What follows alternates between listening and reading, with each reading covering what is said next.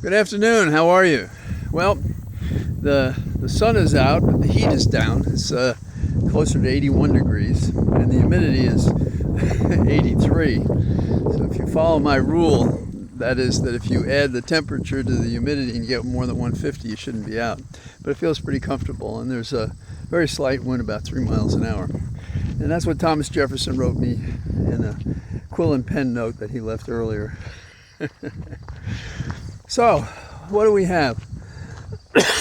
I was critical yesterday, and remain so, that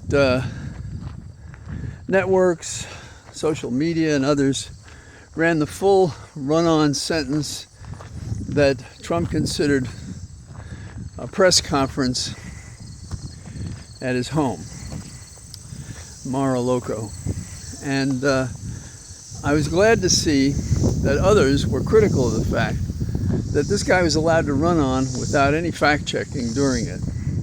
Now that's been remedied somewhat today because people in the news and in the media have either made fun of Trump or stated factual disagreements with what he had to say. You know, for example, that no one died on January the 6th when officers were killed on that day, and a person, a demonstrator, was also shot and died. So, and you can't ignore when you put up a hangman's noose and you break into a Capitol and you threaten everybody with violence.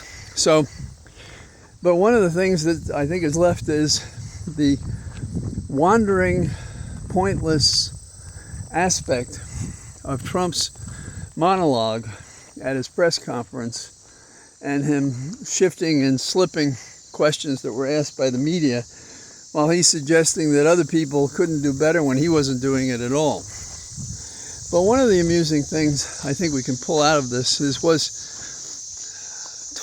Trump talking about crowd size. Is that what he was talking about? Crowd size. Or was he talking about something else? And was he saying something, I don't know, bullying, sexual? And at the very least he was saying, I get more attention than you, but it's not true. So it shows his nervousness and his desperation to be competitive. Now, I've quoted to you before because I like their, well, a couple of things. 538 is a polling service by ABC, and they very carefully include a number of respectable polls, and they show how they're moving, so you get the vector, that is the direction of the movement in the opinions. Now, it's still very early, even though we're getting closer day by day, of course, but it does tell us something. And they have in their national poll, and again, it's a snapshot now, but it has Kamala Harris 2.1 points above Trump, and that's important, I think, because that direction's important. Now, if it turns around, that's not helpful. It's close in terms of the statistics of it, but some fundamentals are working for the joyful campaign as opposed to the dark, dystopic campaign that is Trump's. So, for example, in Michigan, there's now a report with Kamala being up 2 points. In Pennsylvania, 1.1 point. In Wisconsin, 1.8 point. And the Nevada Independent that run a poll has Kamala up it's 6 points in Nevada. That's pretty amazing. Now the Cook report, which has been around forever, and you know, all of these have to be read carefully, but it gives a 0.6 in Arizona, Georgia. It says Nevada is a toss-up. And Larry Sabato, who's a long, stalwart, wonderful fellow. I've known him my entire life in Virginia, I guess. He now says that Georgia, which was likely Republican, he says is now a toss-up. And that's important because the fundamentals he goes through are very carefully done.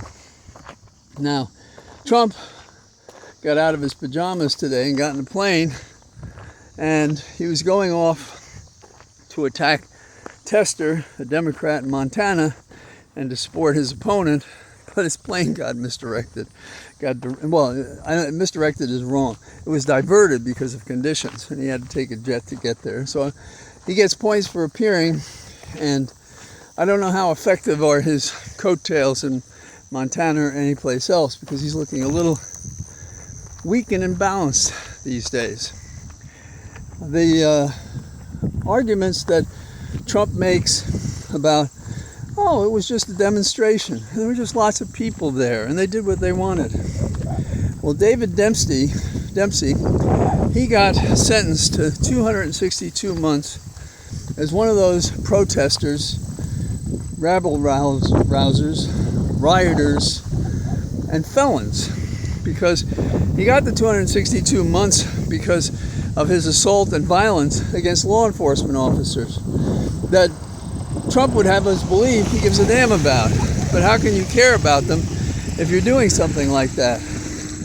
And Judge Lamberth, the U.S. District Court in the District of Columbia, his statement was that this was close to a bloodbath, purposefully using the language that Trump has used himself, saying if things didn't go his way, there'd be a bloodbath.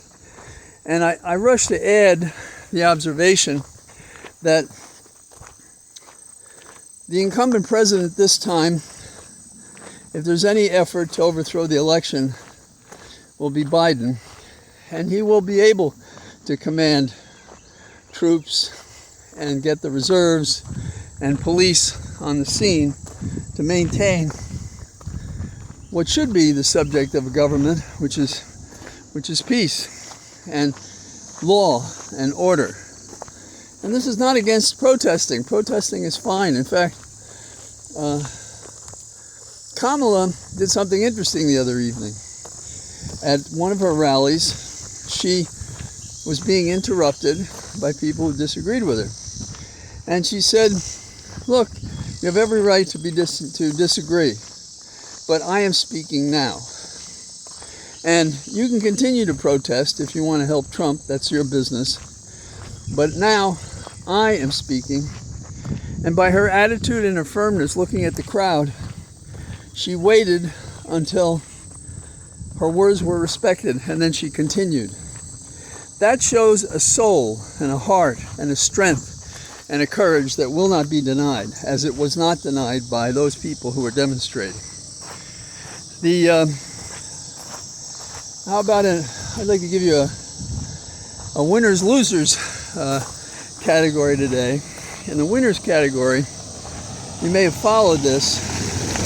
I follow pretty irregularly the Olympics, I confess, because there are only a couple of things I'm interested in. But I don't know if you've seen some of these runners and jumpers and so forth. But Sydney McLaughlin-Levrone, I believe that's her name, she ran in the 400-meter hurdle, and she won, and she wore a crown on her head when they gave her the gold medal, in part because this is the 6th time that she's been the world leader. And it was 50 and 37 was her time, 50 seconds and 37. And she pulled ahead of the field so that the next closest person was 1.5 seconds behind her, which is a big distance when you're just watching it. So that was pretty exciting. And you can pull it up on YouTube or something. Some of these events are just magical. I was in my office today working, and when we had a break, my partner Jim Campbell and I watched some of the Olympics while we were talking. And Jim has a decent-sized screen in his office, which we use for his cases. And So he had the Olympics on there, and were amazing performances by people. So those are the winners today. These are the kind of people who are winners every day. They're not losers. And who is a loser? Trump is a loser. And today, Trump media lost $16 million. Tell me about your business plan for America, if that's your private business plan. And for those of you who want to follow what the Supreme Court justices have to say, Gorsuch has a book out, and his title is Too Much Law. Now that's interesting. So instead of law, we should have what? Chaos. Instead of law, we should have whatever fiat an executive wants or the court wants. After all this stuff about we don't want judge-made law, and we're getting it hand over fist from these people. But in a recent speech in the last several days, he said, the real problem here is everyone is a criminal. What is he really saying? What he's really saying is that the fact that anybody would think to prosecute Trump means we're very loose in our decisions to prosecute people. And Trump is not a criminal. He didn't say it. Of course, Nixon did say for himself, I'm not a crook.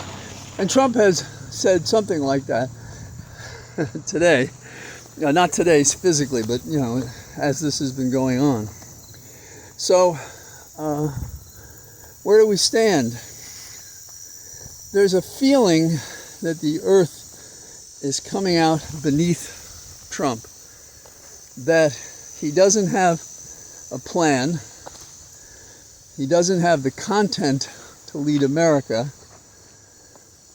He shores up his base with his word salads and crazy peradventures into sharks and batteries. And he doesn't know how to get a handle on how to fight Kamala. And all of that's to our benefit, because he has not had to suffer the shame and disgrace he should have suffered and been suffering for all the things that he's done, that his own party gave him a break, and many people in the media have given him a break, including those who authorized covering his entire woeful countenance in his press conference at Mar-a-Lago. So we have to also consider the fact that I have a sense, this is sort of going back to what we thought as youngsters, but it seems more obvious today.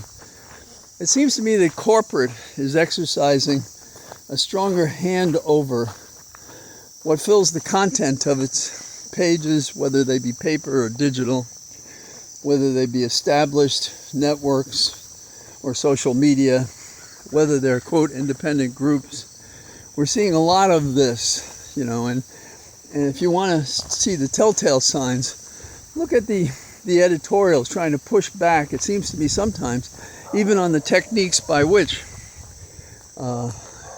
Kamala and Tim have done well since they announced their pairing to lead America into the future in a joyful campaign, as opposed to the horrendous profile that Trump presents of the darkest, worst things that one can imagine. So that's kind of what I have today. Forgive me if I'm stepping carefully in between the waters on the earth. That it did rain again today, and in some places in the area there's been some pretty serious damage. As far as I can tell, not where I am, but there's still a lot of water on the ground, and that's not going to go away quickly. And so I say good evening to you from my cathedral of trees, and I hope and expect I'll be able to get out again tomorrow. All the best. Bye-bye.